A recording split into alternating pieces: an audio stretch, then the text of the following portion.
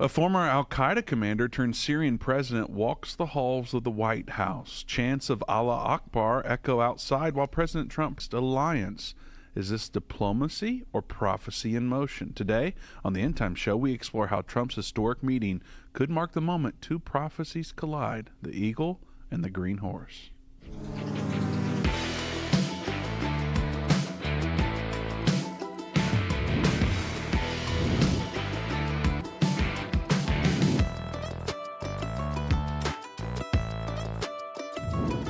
Welcome to the Endtime Show. Vince Stegall here with Doug Norvell. We're so happy you've joined us today. We've got quite the show prepared for you, all about this meeting with President Trump and the Syrian president and so much more. There's a lot to talk about, and Doug, I think some feathers are going to be ruffled today. What do you think? Probably so. Eagle feathers, probably. Well, should we just start out by saying we love America? Yes, we do. We like President Trump a lot. We are Trump supporters, generally speaking. We believe that God has put him in this position and that he's doing a lot of great things for our country. And we trust the Lord above everything else. Yeah, we're absolutely. I mean, we're not coming on here to dog anybody today. We're just coming on to explain a couple of things through prophecy and help people understand some things that are happening. The dramatic entrances, though, those are, they're amazing. And so I guess that can get people hyped up a little bit when we talk about the eagle and the green horse colliding. So, well, I mean, I know we're not coming on here. Of course, you know that, but sometimes people hear things differently than what we intended. Maybe we're doing a poor job of saying it, which is certainly possible, or maybe it's a little bit of both. I don't know, but we're going to talk about it today, and we're going to do our best to say what we mean, and hopefully you can look past any mistakes we make. And the most important thing that we always want to do is explain current events through a lens of Bible prophecy and show you that what's happening in this world today was talked about a long time ago in the Bible, which also helps us realize and understand even better that we are that much closer to the second coming of Jesus Christ. And so hopefully we can open some new doors for you today, and deepen your understanding for those things, and also give you peace and hope as we navigate these times. Before we get into that, I want to remind you about our friends at True Gold Republic. If you're looking to protect your savings with something real, True Gold Republic makes it easy to buy physical gold and silver with a best price guarantee. So it's not just rolling over an IRA and never seeing physical gold or silver. You can actually buy the physical product from them.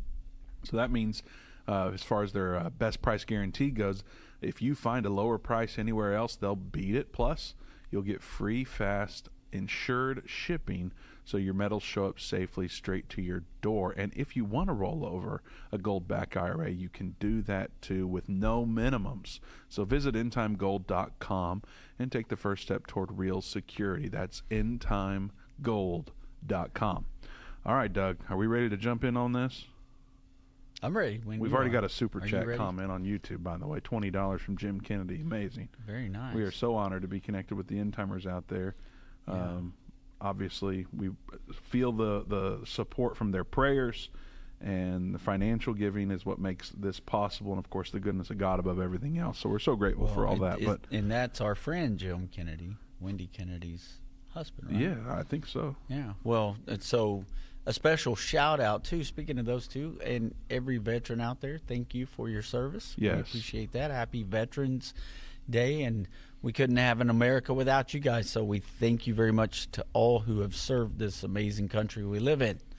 And having said that, one of the things I want to help everybody understand about I know probably the title and the T's and everything might throw you off a little bit, but the thing is that Trump is working, and while we mentioned the prophecy, the eagle's wings and everything, we'll get to a really juicy story about that here, hopefully toward the end of this program. But also, Trump is working very hard to bring in these countries to help make peace with Israel. So that's part of what's going on here, and why the historic visit from the Syrian president to the White House was such a big deal. But there were some things that, kind of made your eyebrows raise up a little bit, maybe not because of Trump, but because of some of the other things that happened with this visit. But this story comes from Jerusalem News Syndicate, and it says... Can I say something real quick? Yes, before go you start ahead. saying what it says? Yeah. I just had one more thing to tease. I've got a very special announcement, but I'm not going to do it right now. So don't go anywhere. There's something major coming in the next few minutes. Major. I meant to say that earlier, didn't get to. Well, that's why I kind of hesitated when you asked me if I was ready. I was like, oh, okay, I guess we're not doing this special announcement yet. So right. We'll start here. So now I know that we're not, and we can move on. You never know where I'll throw it in. Yeah, so you got to stay tuned. On the edge of your seat, your fingernails gripping the couch. Yes. All right, here we go. So this historic first visit by a Syrian head of state to the White House, Syrian President Ahmed al-Shara met with U.S. President Donald Trump on Monday to discuss the strengthening relationship between Syria and the United States. Trump praised al-Shahara or however you say his name, as a very strong leader, and expressed optimism about Syria's future, suggesting that the country could soon join an international coalition against ISIS and become a very successful nation under his leadership. So he is looking toward bringing a coalition of Muslim nations together. That's one of the things that he's talking about here. And he's saying that al-Sahara and Syria will be a key player in that, and that will help the nation. And so we've got a video clip. Vince, are you ready? I'm ready for it if you are. Okay, short video clip, but we're just letting you see what Trump had to say to the press when he was asked about how that meeting went. So I want to throw that in so you can see this before we move on. Syria you had earlier, did you come to any agreements today? Well, I had an agreement with him. He's a very strong leader. He comes from a very tough place, and he's a tough guy. I liked him. I get along with him. The new president of Syria. And we'll do everything we can to make Syria successful, because that's part of the Middle East. We have peace now in the Middle East, first time that anyone can remember that ever happening. And, So, like Trump's saying, there's peace in the Middle East. Syria is part of the Middle East. It's a very important part of the Middle East. We're going to get into that in a second and kind of show you why it has significance to all this. I promise you, we are heading down a path that is going to show you a lot of cool things here in a minute, I think. But this is what the rest of the article is talking about. It says that meeting that was attended by Vice President J.D. Vance, Defense Secretary Pete Hegseth, and other senior officials focused on a bilateral cooperation and regional stability within the Middle East, that regional stability. Photos were released by the Syrian presidency showed a warm reception marking a dramatic shift for al-Sahara, with who once fought against the Assad regime after leaving al-Qaeda to lead the Syrian rebellion. Okay, so following the talks, the U.S. renewed sanction waivers on Syria for 180 days, and al-Sahara was later seen greeting his supporters outside our White House, who chanted Allahu Akbar. So Vince showed me this yesterday when we came off the program, and he's like, what is going on? And it was quite a strange moment to be outside our White House and hear these chants going on. We heard them in New York City and now outside Washington. I'm more frustrated about it today, Doug, because it's Veterans Day. Yeah. And, I mean, I don't know how familiar people are with all the details about the Syrian president's past, but the things, I mean, just, I think it was last year, but it may have not been last year, but definitely recently in the last few years, he was wanted, dead or alive, by the U.S. government. Yeah. $10 million was that the reward? Do you recall? I believe so. And some things he did to, or was behind doing, he may have not done it personally, but he was part of what he did to some of our troops, U.S. citizens, and now they're having to stand there and protect him.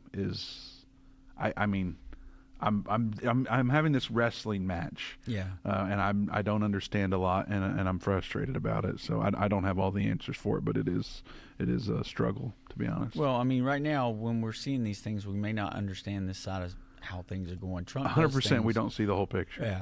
But Trump, it's still Trump like does things sometimes, and you're going, "What is he doing?" And then you find out later. This is a former terrorist now walking the halls of the White House. Is like, what is happening? And I say former terrorist. Some would argue with me, including some thoughts I'm having with on my own. Like, are you sure you can say former? Right. I mean, there's a lot of bad stuff going on. Yeah. Oh, the clip.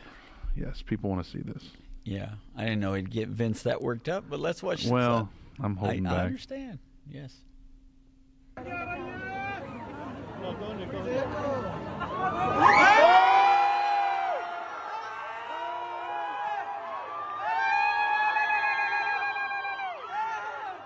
الله حي ابو محمد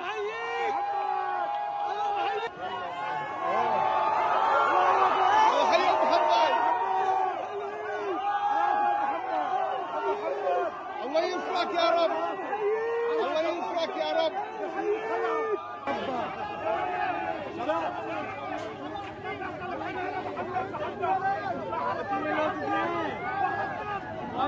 He's putting my wristband on. He's putting my wristband on.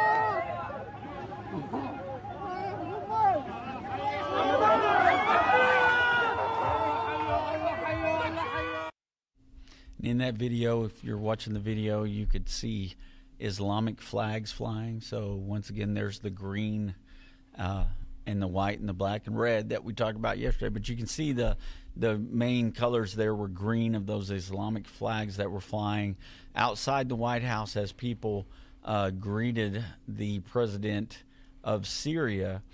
And anyway, it's very interesting. Vince, you spoke about some of the things that he's done. I just put a few down. There's some worse things, but he is widely acknowledged to have started out as a militant Islamist, and he was at one time designated, like you said, by the U.S. as a specifically designated global terrorist, and there was a bounty on his head.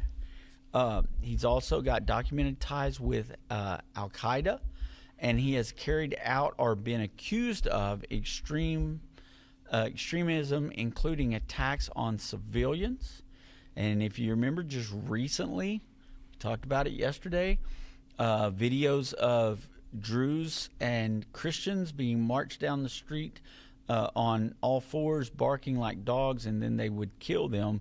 And this was under his regime's authority. So there have been documented incidents of violence in Druze majority regions involving the new regime's forces or associated militias under his broader authority.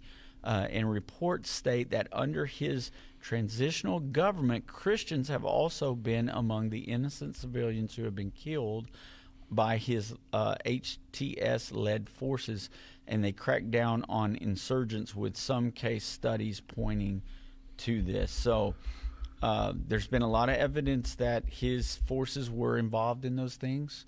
This is very recent, so it sets on people's memories, and they remember just a few months ago we were covering all this stuff, asking what was going on with this. There's been stories that have been printed about you can put a suit and clean somebody's haircut up in their beard, but they're still a terrorist. You know, if you put a suit on a terrorist, he's still a terrorist. So that's what people are saying. Some people are saying. Doug, can we just be pre-trib? Can we? Yeah, sure. If we were pre-trib, we could say that the rapture is going to happen at any minute. Yeah. And we're not going to have to deal with any of this. Absolutely. That would be nice, wouldn't it? Yeah, that'd be nice. Are we ready to convert? No. No, I am not. Well, that does remind me, because I'm looking at this and going, obviously we're not pre-trib, we're very post-trib. Yes. We believe that the rapture happens after the tribulation. But I'm looking at this going, there's a lot of people who will proclaim, don't worry, folks, it's not, before it gets bad, we're going to be called out of here. Yeah. Because the Lord wouldn't beat his bride, or, whatever they may say. They say that. Yes, they literally say that. And, yes, they do. We're committed to doing our best to tell you the truth around here. And so that means sometimes we're going to talk about stories like what we're covering today, but we're also going to have to say, hey, we would love, if we were wrong about the timing of the rapture, we would love to be pre-trib and get out of here before all this stuff happens, when we look at it through our fleshly eyes and see what's coming. And you've heard a lot of people say that the rapture could happen at any minute. But what if that's not what Jesus taught? I'm excited to tell you, in the middle of this story, in the middle of these stories that we're covering, that we've just finished our brand new End Time original with Dave Robbins called The Rapture is Not Next. And we really emphasize the not. The rapture is not next. A lot of prophecy teachers are saying the rapture is next on God's prophetic timeline. But we take a look at what Scripture has to say, and here's a quick look at what you can expect with this brand new End Time original. One of the most frequently asked questions we receive at End Time Ministries is, why do you guys teach the rapture happens after the Great Tribulation? Should we be passively waiting to be taken at any moment, or actively preparing for the greatest revival in history?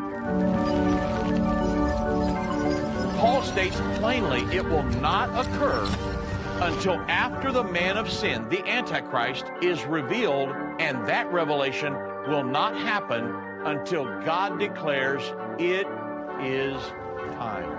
I will walk you through a timeline of the final 7 years. The rapture, the marriage supper of the Lamb, and the second coming of Jesus Christ is one continuous event. It's not an event separated by 7 years.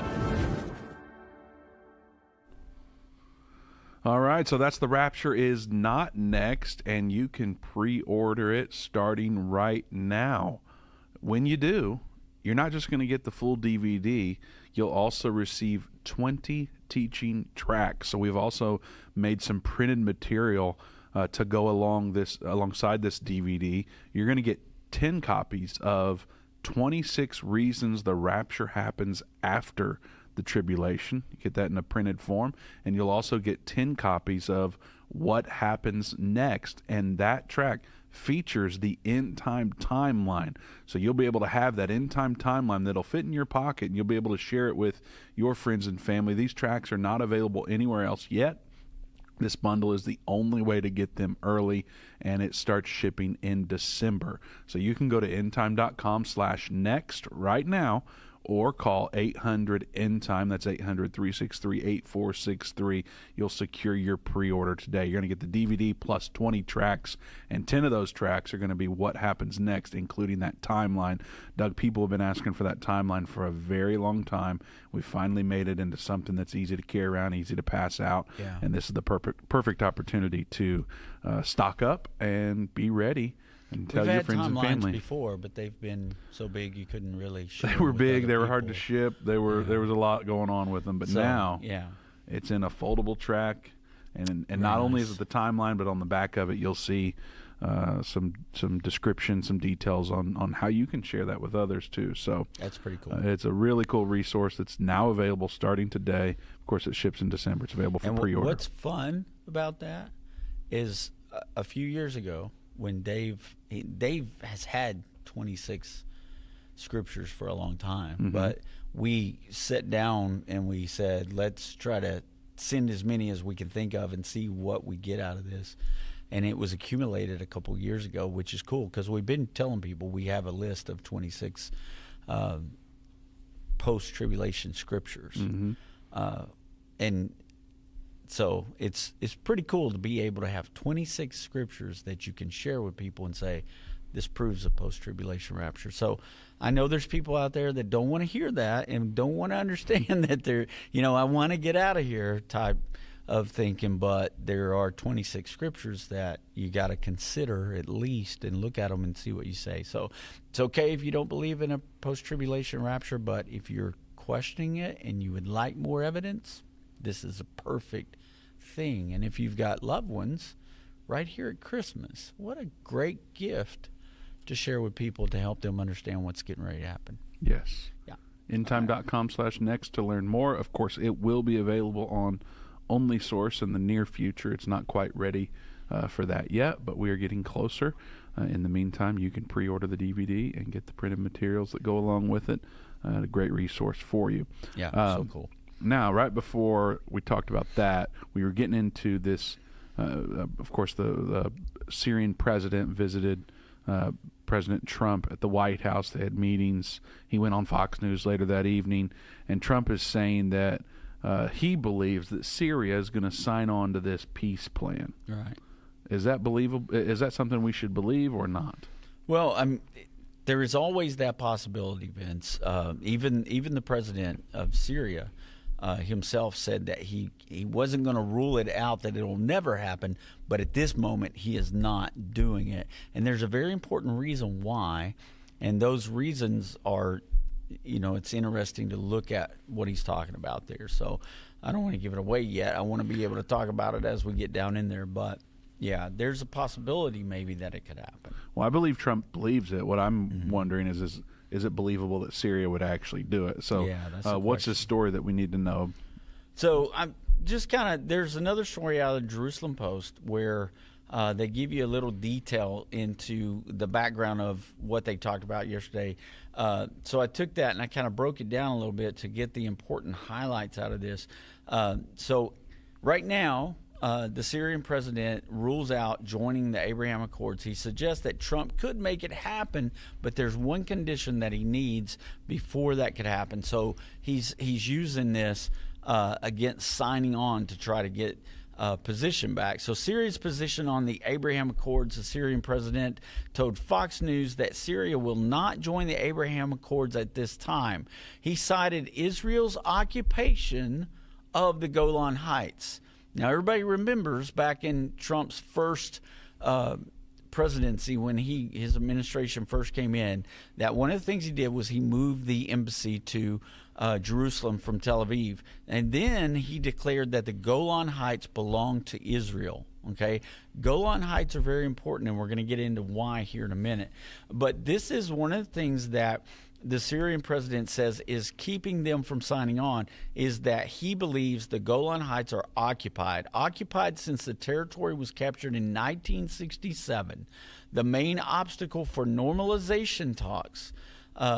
Shara stressed that Syria's situation is different from that of other Arab nations that have signed on to the accords because it directly borders Israel and it still disputes that occupied land. So, is there possibility for future negotiations? He says despite rejecting the current talks, he suggests that the President Trump's administration might eventually facilitate negotiations between Syria and Israel, and he left the door open for future discussions with the help of the U.S. Now, the broader diplomatic developments of this is reports indicate that Israel and Syria could reach several security and military agreements before the end of this year. These talks, reportedly mediated by the Trump administration, could lead to the establishment of, get this, a U.S. military base in Damascus.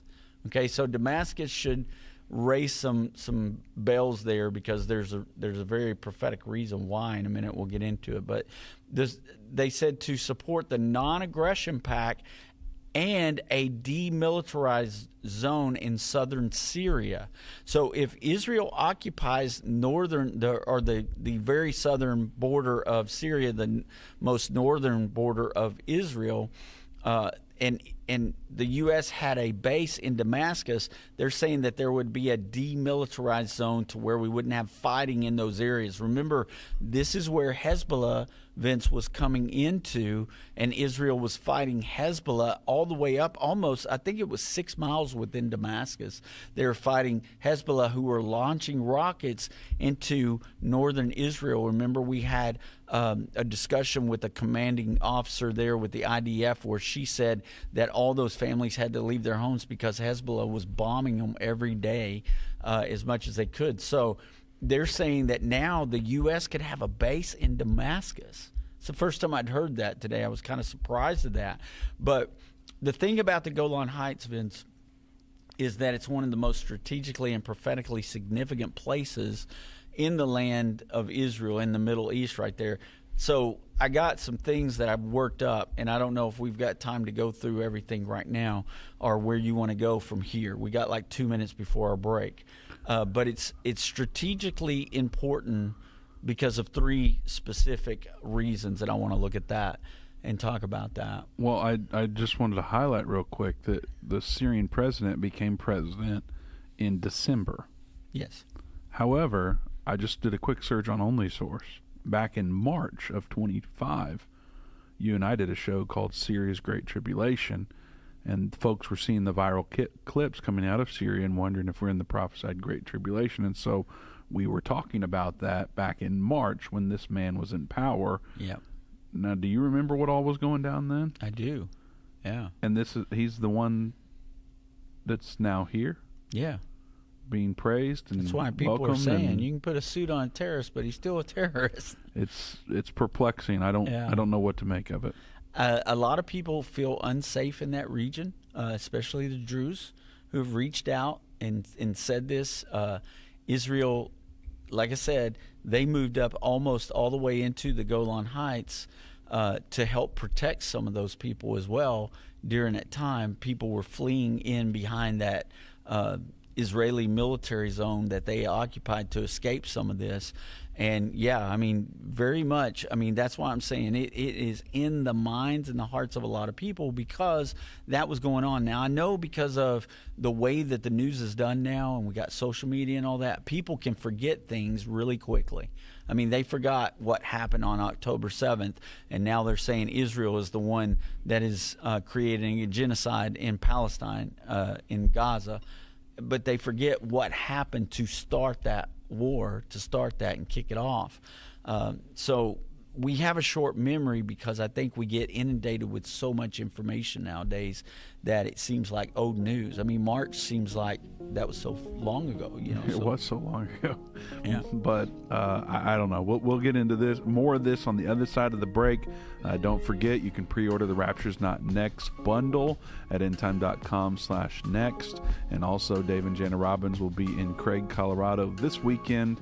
More details for that are at endtime.com/events. We'll be right back.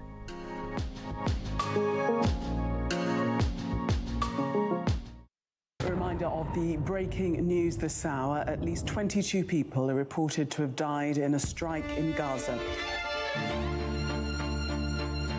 The rise of Islam. We're trying to bring answers for so many families desperately. Is the Israel-Hamas-Iran conflict World War III? So let's talk about the four horsemen. What do these horses symbolize? These are the four spirits of the heavens which go forth from standing before the Lord of all the earth.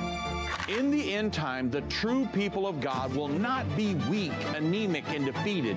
These prophesied events are revealing we are quickly approaching the time of the Great Tribulation right now. Now streaming on OnlySource and available to order at endtime.com/green. Go to endtime.com/green or call 800-ENDTIME. What if you could understand Bible prophecy? Dave Robbins, the host of the Endtime Show's TV and radio programs, is holding a free prophecy conference near you. Gain peace and understanding about what the Bible says concerning end-time prophecy. Call 1-800-ENDTIME or go to endtime.com/events to see when Dave will be in a location near you.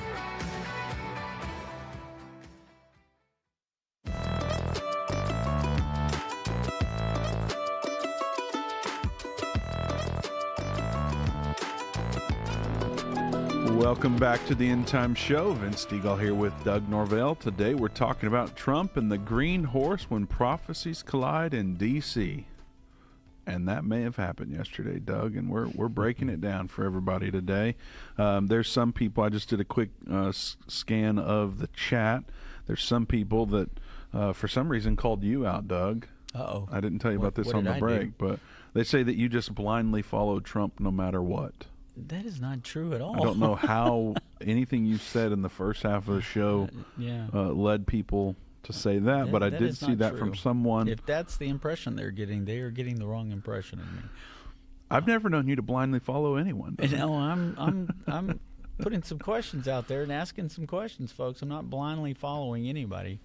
I mean, I follow the Lord, and I don't do that blindly either. I've got my eyes wide open, and my heart is open wide as well. So I want to jump into why the Golan Heights are so important, Vince.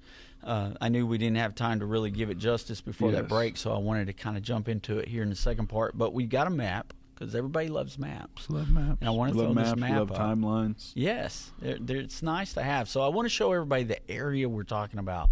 And I know that may appear to be small to you, but if you just kind of follow me there for a second, you see Israel is going to be on the left of your screen. You see the Sea of Galilee is that blue that's down there toward the bottom left. And so if you're looking at that, the yellow over there, that is the Golan Heights. And it is just on the other side of that is Syria. So they're kind of sandwiched in between Israel and Syria is the Golan Heights, and that is part of the area that Syria says is occupied territory. But what you need to understand here while you're looking at the map is in 1967 and before that, the Syrians were launching missiles into Israel, and you could look right over the entire nation of Israel right there. If Israel does not control the Golan Heights, and they do right now militarily, and we're going to talk about it because it's a mountainous region. It's got mountains up there. Every time we go up there, you can see military patrols. Because this is an area where Israel will patrol those areas to make sure that they're not going to be a surprise attack or anything like that. And right there where we go up, when we go up to, I believe it's Dan that's up there on those Golan Heights, close to the Golan Heights, there are still like foxholes and things that are there from the war, and so you see all that stuff. But we're involved in that war. There are tanks out there, that are just setting that are were destroyed tanks, but you can climb all over them and everything. It's really an amazing area. And the UN has one of their facilities there, but it's on the Israeli side. It's not on the Syrian side. So that tells you something. If the UN is going to put their facility, they're going to put it where they feel safe. And this is one of those areas. So anyway, just to kind of give you an idea of the region, that's it, the Golan Heights. It's a rocky plateau. It's located in southwestern Syria, bordering Israel, Lebanon, and Jordan. It's about 25 miles long, and it raises sharply above the northern Israel, giving whoever controls this its commanding military advantage, okay? So it's very important. Some of the key facts about the Golan Heights: it was captured by Israel from Syria during the Six-Day War, in 1967. And, one of the things about the UN is that in their own charters, it says that if a country is attacked, and when the country did nothing and they're attacked by the enemy who borders them, any land that they take back from the enemy during that time because they were attacked, now that area belongs to them. So by the UN's own charters, Israel controls this without being an occupied territory, okay? But nowadays, the world wants you to believe that Israel's occupying something that doesn't belong to Israel. So the international community still considers this an occupied territory by Israel, even after President Trump declared that it belongs to Israel. It's recognized by the United States. Like I said, President Trump recognized this as Israeli territory in 2019 under the Trump administration, a major diplomatic shift. So there's a reason why it's important. And the reason why is the elevation advantage that you have. The plateau that we were showing a while ago there, it overlooks Israel's Hula Valley and the Sea of Galilee. I showed you where the Sea of Galilee was. Israel's key freshwater sources. From its peaks, one can observe deep into the northern part of Israel where that IDF officer was telling us they were shelling every day, remember?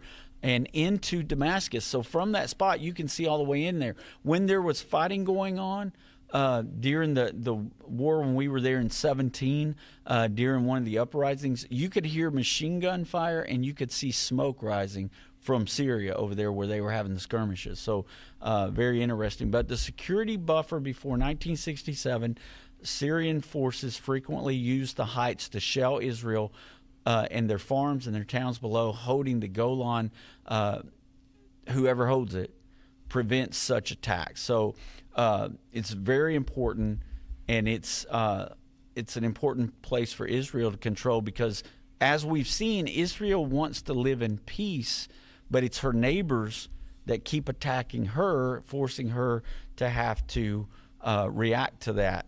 And if you are following history, that's the truth, okay? It's no matter how you feel about their government, when Israel will attack when they're attacked first. So that was point number one. I wanted to get that out there. Point number two is a political and military significance. Are you at that point? You want to hit some of those for me? Absolutely. I'm just looking, point number two, regarding that the Golan Heights is one of the most strategically and prophetically significant places of land in the Middle East. Just highlighting that point one was geographic and strategic important. Point two is political and military significance. Yes. So it's more than a border zone. It's a shield. Yeah. So for Israel, it serves as a defensive line against attacks from Syria or Iranian-backed forces, including Hezbollah. We saw that a lot in the last several years, how that was very helpful for them. For Syria, it represents lost honor and sovereignty. Every Syrian leader since 1967 has claimed that the Golan must be returned. But recently, the Iranian presence has been there. So the Syrian civil war occurred. Iranian and Hezbollah forces operated near the Golan, and that prompted Israel to conduct airstrikes in southern Syria, which we talked about here on the Endtime Show. Mm-hmm. And then the peace prospects, any talk of normalization between Syria and Israel, inevitably runs into the Golan question. Of course, that's still happening. I heard President Shara say that they will not communicate directly with Israel right now. Yeah. He will not talk to Netanyahu or anyone else from Israel directly. They're going to have to work with others. He says that that's not going to happen while Israel occupies the Golan, and Israel can't give up for fear of attack. So geopolitically speaking, it's both a prize and a flashpoint, the key terrain separating peace from war. So similarly, I look at this as similarly what's been discussed around Gaza and how, I think it was Ben Shapiro, and that might lose some people right out of the gate. I realize there's some people, you either love him or hate him, it seems. There's not middle ground. I feel like I'm middle ground. I'm not really a huge fan, but I also don't hate him. I enjoy some of his stuff. Nonetheless, I think he made the point that we've heard what Hamas would do if they were in power. Right. They would wipe Israel off the map. Yeah. We've seen what Israel has done. They aren't wiping anyone off the map. They've worked with them. They've sent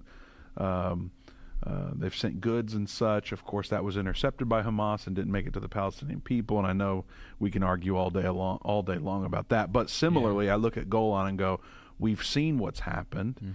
It's not like there has been malicious attacks to wipe Syria off the map to date.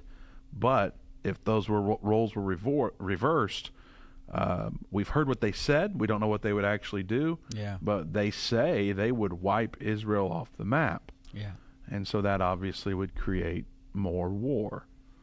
Yeah, and remember what we talked about yesterday where, what did it say? 190 verses in the Bible, in the Quran speak of killing the infidel, the non-Muslim people. And they say that if a leader decides that he wouldn't do that, he stands against the caliphate and he is considered a hypocrite, and they would kill that person. So this is all very strange to me, the things that are happening, because it makes you wonder, okay, is he lying and saying that he would make peace with Israel to get control of the Golan Heights, which they would use one day to attack Israel from? What could be going on? So those are kind of the questions in my mind that I have about this situation. So, but there's also huge prophetic reasons to look at Syria and especially Damascus. Absolutely, and I think we'll get to that. We are coming up close on a break here, but I want to remind everyone, Dave's got this brand new Endtime original. Of course, it's available for streaming on Only Source, called America's Prophesied Future. We're sitting here today talking about Trump and the Green Horse when prophecies collide in D.C. If you're wondering about the future of America and how that looks from a Bible prophecy perspective, you need to watch America's Prophesied Future. You can stream it right now at watch.osn.tv. Simply search it there. You can purchase the DVD at store.endtime.com or call us 800-ENDTIME to get that. However, if you want the absolute best experience with this Endtime original, you need to hear Dave do it in person, and he's going to be doing that this weekend in Craig, Colorado. Y'all, you got to pray for Dave and Jana.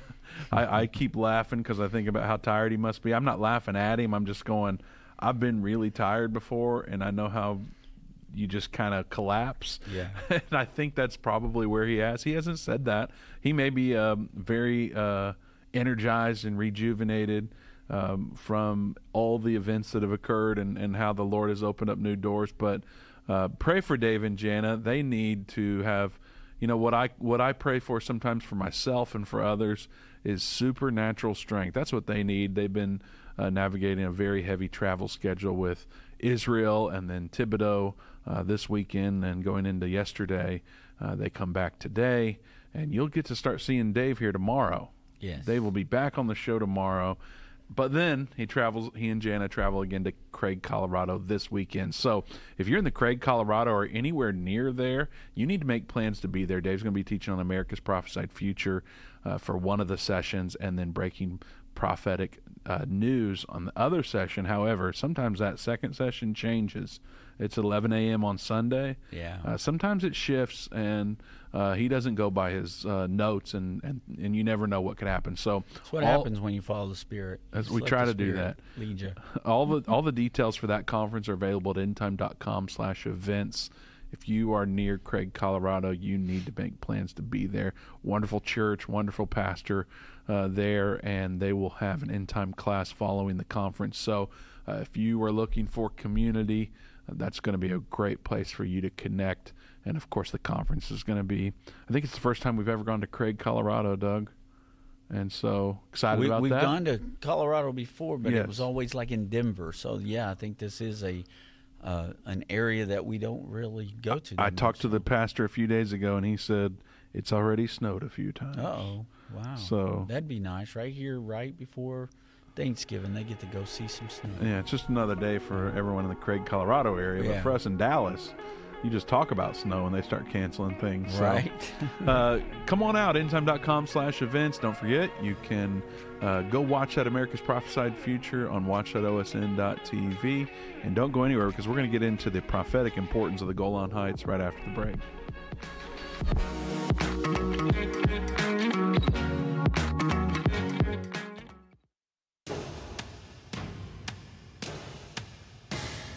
Many people argue America is not mentioned in the prophecies of the Bible.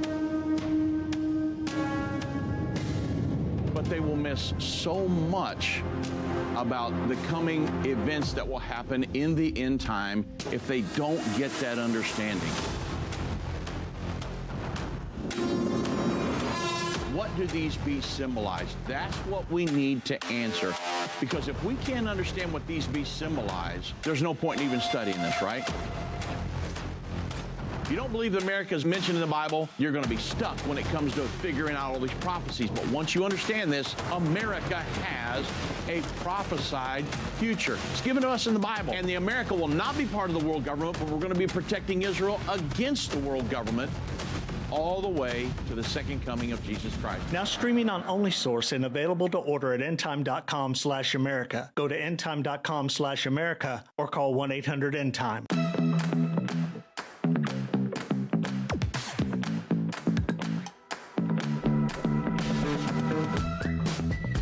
Welcome back to the Endtime Show. Vince Stegall here with Doug Norvell. Now is the time to share this video. Make sure you send it in all the groups you're in. Send it directly in Messenger. However you can get the word out.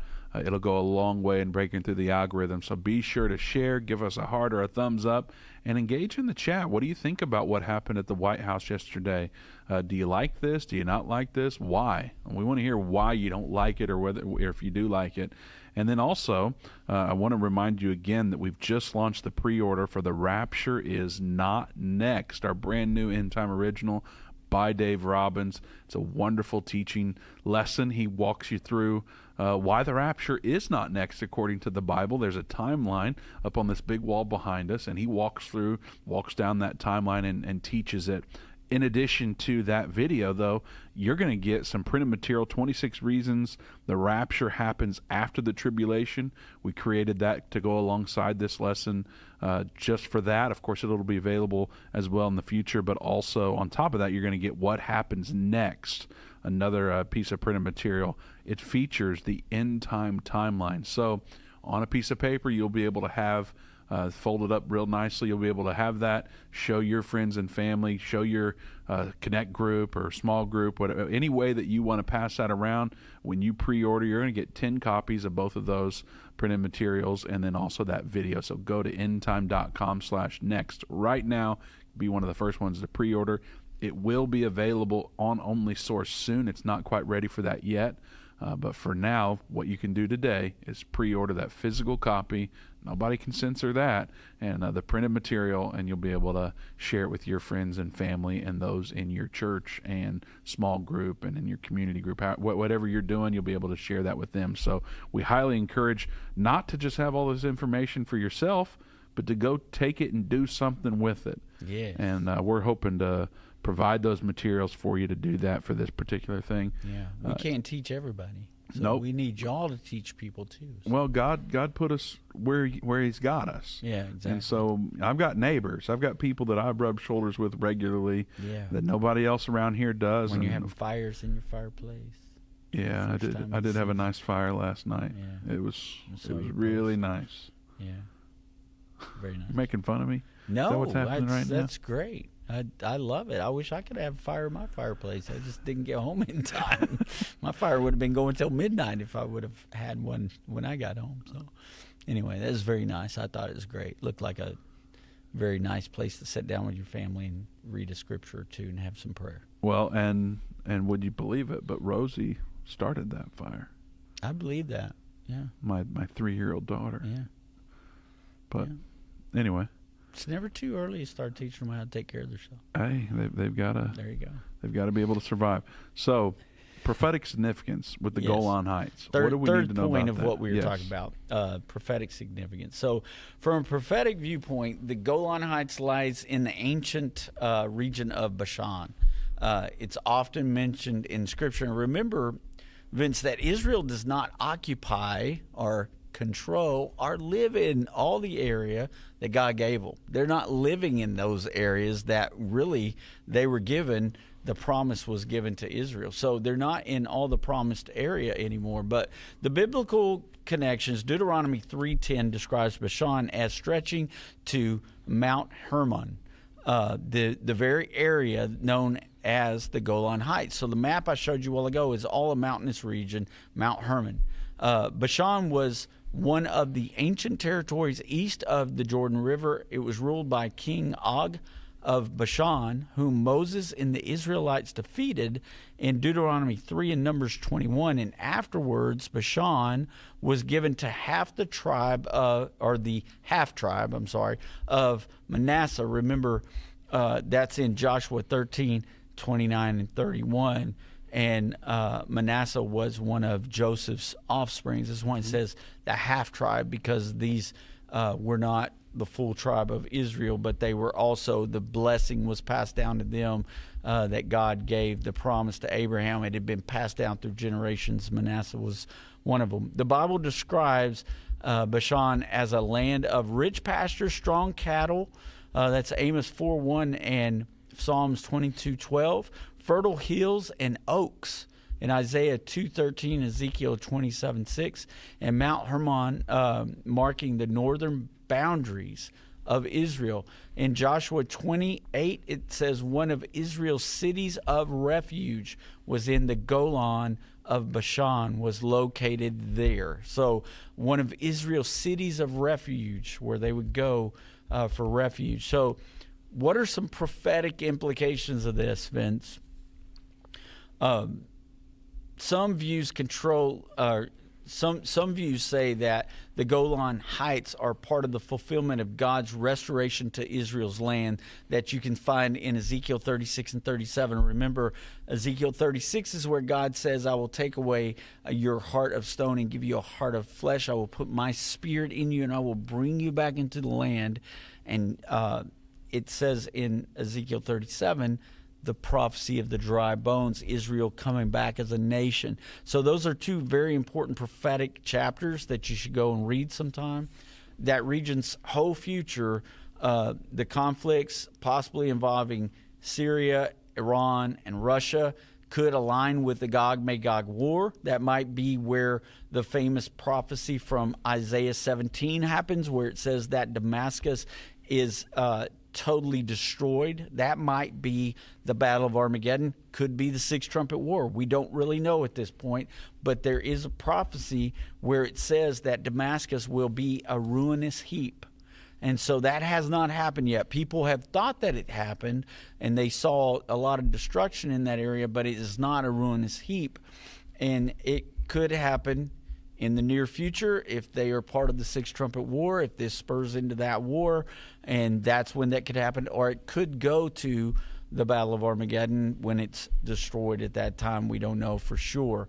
But those are prophetic reasons why the Golan Heights and specifically that area of Damascus are important. Remember, right now, Israel is kind of has a military zone that's almost up to Damascus in that area. Can we pull that map up again and just, now that we've talked about all that, look at the Golan Heights one more time? Well, that would be a great question for the guys in production. Oh, I see it coming. All right. Can you explain that one more time real quick here so that people understand? Yeah, so if you're looking at the map, dead center in the map is the area of the Golan Heights. So that's what you're looking at. Syria is to the right of that. You see it in the white.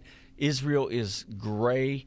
You see the outlines there. If you see the little blue pool there at the very bottom left, that is the Sea of Galilee. So it kind of gives you the area. Remember, the Sea of Galilee is where Jesus walked on the water, where Peter came out, where the storms happened. All those things happened there, and that is the northern most part of Israel. So it borders with Lebanon, Syria. Lebanon is up in the very top left-hand corner, then Syria, and then Jordan down at the bottom. So that's that area. The yellow is this area that we're talking about, the Golan Heights. So it's pretty wide area, pretty big right there, and it's very strategically important because of the mountain area up there. Yeah, I've got it pulled up on my map on my phone just so I can kind of move around and get a better look. Yeah. So right now, Israel controls all that area. Yes. And, of course, Syria wants it back. Yeah, and like I said, that is one of those things where, I mean, do you want to trust somebody who is part of al-Qaeda or has been in the past and has risen to power, and you know their thought process, or at least what their thought process has been in the past, and you want to give them your back door? I mean, it's kind of like why Putin says he's in a war with Ukraine right now. He does not want NATO in his backyard. You can understand why. And so that's the same thing that's going on here. Of course, like I said, Israel does not have the entire promised land that God promised to them, and that is part of that promised land. So when they took some of that back recently, people were going, hey, Israel's taking back, the promised land. Mm-hmm. So probably did not sit well with Iran and Hezbollah and Lebanon and Syria. And so those things look to someone from the Islamic faith that is as a defeat. They've been defeated, and they don't like that. They don't like showing weakness, and so you can see why that's kind of a bone of contention, if you will. So when we see headlines and we don't understand them, we're confused. Maybe we're frustrated. I mentioned I was frustrated earlier. Yeah. There's a lot I'm wrestling with. Here's what we can do. Yeah. One, in this particular case, since it involves President Trump, we can look at his history, see he has historically backed Israel as much or better than any other president ever. Many would say better. We can see the history of the United States. We stand with Israel. And then the most important thing we can do is look to Scripture. Yeah. And, of course, we teach here that the United States will stand with Israel until the end. And so when I look and see a Syrian president that was formerly wanted by the United States, dead or alive, with a $10 million bounty, and now he's in the White House and people are cheering Allahu Akbar and all these things, though that rubs me the wrong way, I can look at Scripture and say, I really believe that we stand with Israel, and so I don't have to freak out about all these things. Yeah, I don't understand it all, right. But maybe this is, I can hear some of the end timers that tell us regularly, settle down, grab your popcorn. Trump's playing 4D chess or 5D chess, or I don't know, or 6D. I don't know where they're at now, but he's doing things we don't know, and that could be true. One thing I know for certain is God's doing things that we may not be able to track, and when we can't track him, we trust him. Yes. And so we say around here, Jesus is our only source for a lot of reasons, and this is one of those. When things are happening that we don't understand, we can look to the author and the finisher. Amen. And we can just trust in God and say, even when I don't see it, he's working. Yep. And I believe that the U.S. is going to stand with Israel. So, come what may, between now and then, most importantly, I believe Jesus is coming back soon, and you and I get to be part of that new establishment that he's going to do, that real great reset. Yeah, absolutely. And, one of the things about President Trump and what he's trying to do, he really does want to be a president that is known for what he did for peace. I mean, he's not being recognized in the world for the accomplishments he's made, but he's made a lot of accomplishments, and especially with the Middle East. And so we know that there are pieces that we say all the time, moving parts that God is doing that we don't understand right now from where we're at. But we're watching these pieces be laid in. We know there's a peace treaty coming.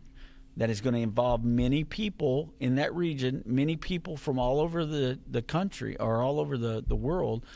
And just today I saw an article where Emmanuel Macron is meeting with a boss of the Palestinian people. They're having a meeting where he's trying to talk to him to get him on board with the peace talks.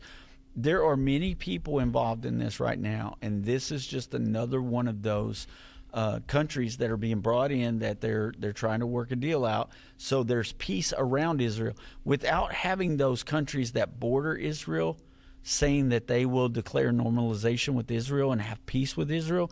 If their border countries are not at peace with them, then there's not going to be peace, because you're always going to have somebody be able to get a militant group in there and start launching missiles at Israel again. So that's what Trump's trying to do, is set up a boundary, a border of friendlies to make peace with Israel. So, I mean, it makes sense, but at the same time you question. Well, we will see. Time will tell, Doug. Yes, and if you're committed to not getting freaked out like we are, put Jesus is coming back soon in the chat. Let us know that you're not going to get beside yourself and worried about these things, that you're trusting in him above everything else. Jesus is coming back soon. If you believe it, like I said, put it in the chat. Don't forget, you can pre-order The Rapture Is Not Next at endtime.com/next, and with it you'll get the End Time timeline and so much more. Go there for all the details. We'll see you right back here tomorrow. God bless.